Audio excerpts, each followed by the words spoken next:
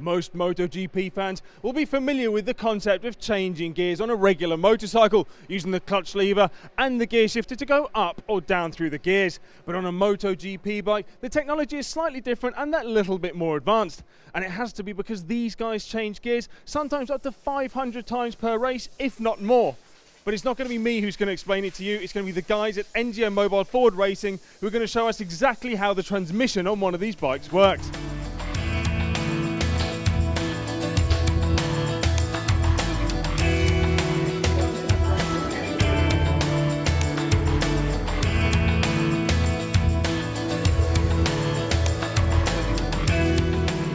Main components of the powertrain of the MotoGP bike is composed essentially by clutch and gearbox.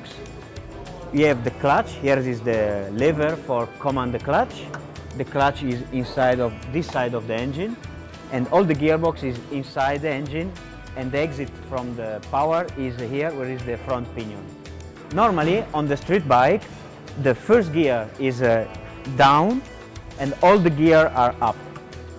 But on the race bike, everything is opposite because the rider needs to be able to change gear also when is in the corner.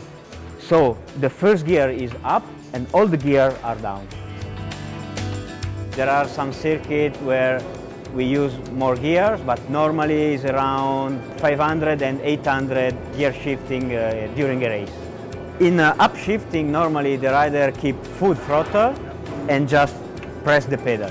During this process, when the rider starts to press the pedal, this load cell reads the pressure, so they cut the current, so there is no power transmission between the engine and the gearbox. And so we can shift gear without pulling the clutch. This is very important because when the rider makes like 600 gear shifting during the race, this is less job for him. He can concentrate more on the driving. In the downshifting is the opposite. The rider keeps the throttle completely closed and downshift, pressing the pedal in this direction. In this moment, the electronic say to the butterfly to open, so it's like if the rider make this movement with the throttle, and this allows the gears to enter in downshift.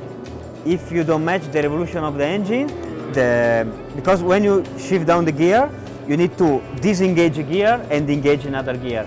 If there is the power transmission or the difference of the speed between one gear and the other is too big, when you try to engage the gear, it doesn't engage or you can damage the teeth. The gearbox has 6 gears, and for the rule, we can only have a total of 24 options. So we have 24 options to switch the gearbox to the track and to the rider's wheeling. We change the number of teeth of the 2 gears because every gear is composed by 2 single gears. We can change the teeth of the gears to make the gearbox shorter or longer, depending on the track, depending on the rider style, and also depending on the engine character. When we know the layout of the track, we already know which is the speed we are supposed to have in every corner.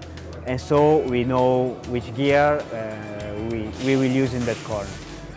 The slipper clutch, the main aim of the slipper clutch is to avoid the lock of the rear wheel in braking. There is 2 ways to avoid this. One is with the mechanical side, so with the anti-slipping clutch, and another option is by electronic. The clutch is composed by 3 pieces.